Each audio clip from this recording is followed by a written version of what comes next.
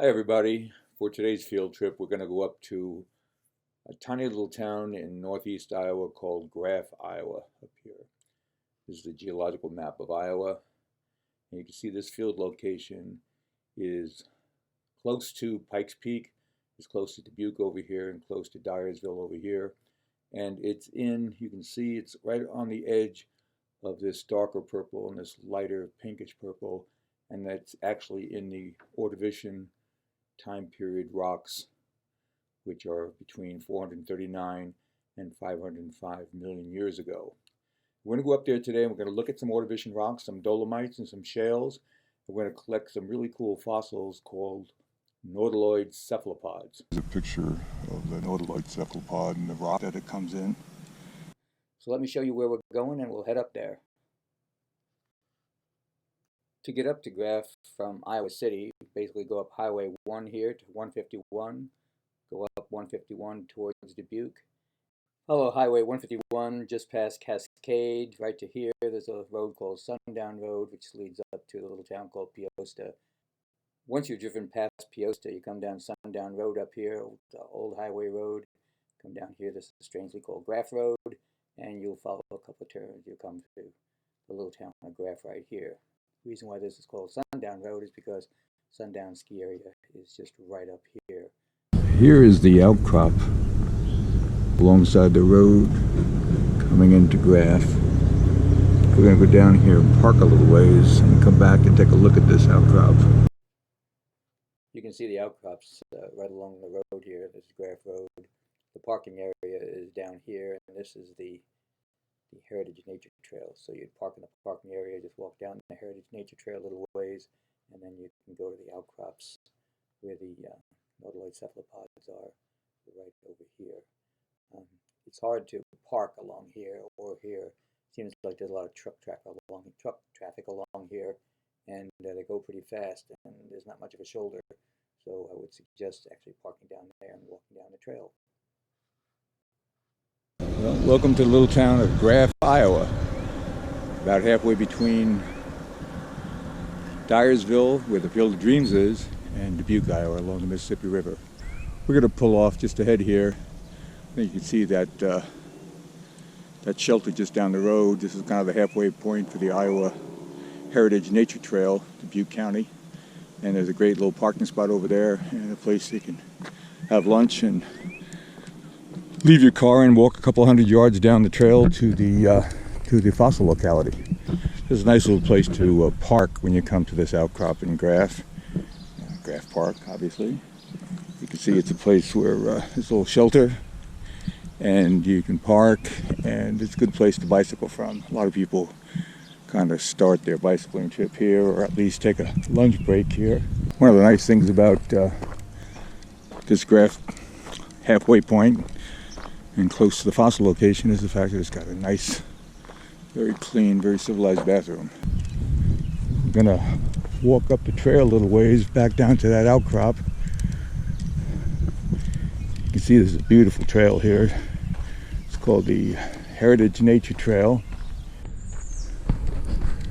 Well, we're coming down the trail here. Walk just a couple hundred yards, and you can see on the right hand side, right above the road, is the outcrop. And the outcrop that has those nautiloid cephalopods in them. So we're going to go over there, run through this ditch.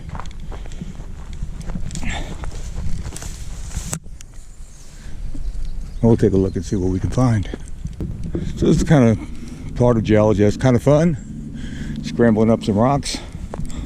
Also a little bit dangerous. You can see it's a lot of loose shale here, part of that Macocata formation. And so when you scramble up these loose shale slopes, you got to be careful, because if you slip and fall, the shale here is actually kind of sharp, and you can definitely cut yourself up. We'll take some of the shale back for you to take a look at. Well, you can see we got to the top of the shale slope here, and here we have this we have the shale down below. You can see down beneath there, and then it goes into a more of a dolomitic bed, and back into more shale, more dolomite, more shale. So it's just different layers of cyclical shales and dolomites are kind of a cousin to limestone. So all this was deposited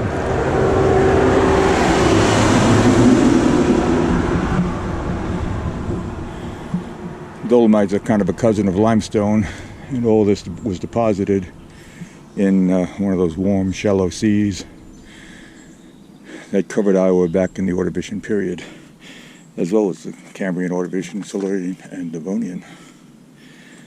And if you take a quick look here, close look here, you start to see, here are those nautiloid cephalopods. They look like they've been compared to looking like, maybe like cigars or something like that. They're sort of straight, chambered, shelled organism that has an animal. Cephalopod is kind of related to mollusks, kind of mostly, probably closely related to squids or octopus. There's a picture of the nautiloid cephalopod and the rock that it comes in. And we'll take a look at these in more detail later on, but here's a nice piece just sitting here, and you can see in here there's the shell of the animal.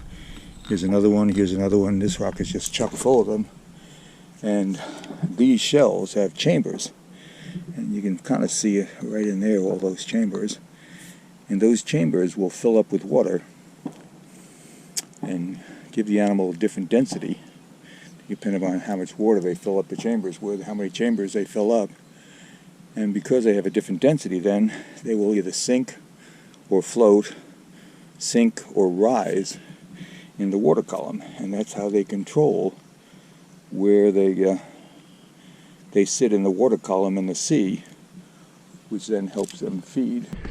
So you can see here that the different layers, the dolomite layer here and the shale layer here, really have different sort of physical characteristics to them.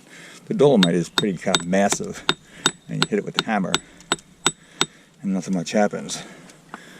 Whereas the shale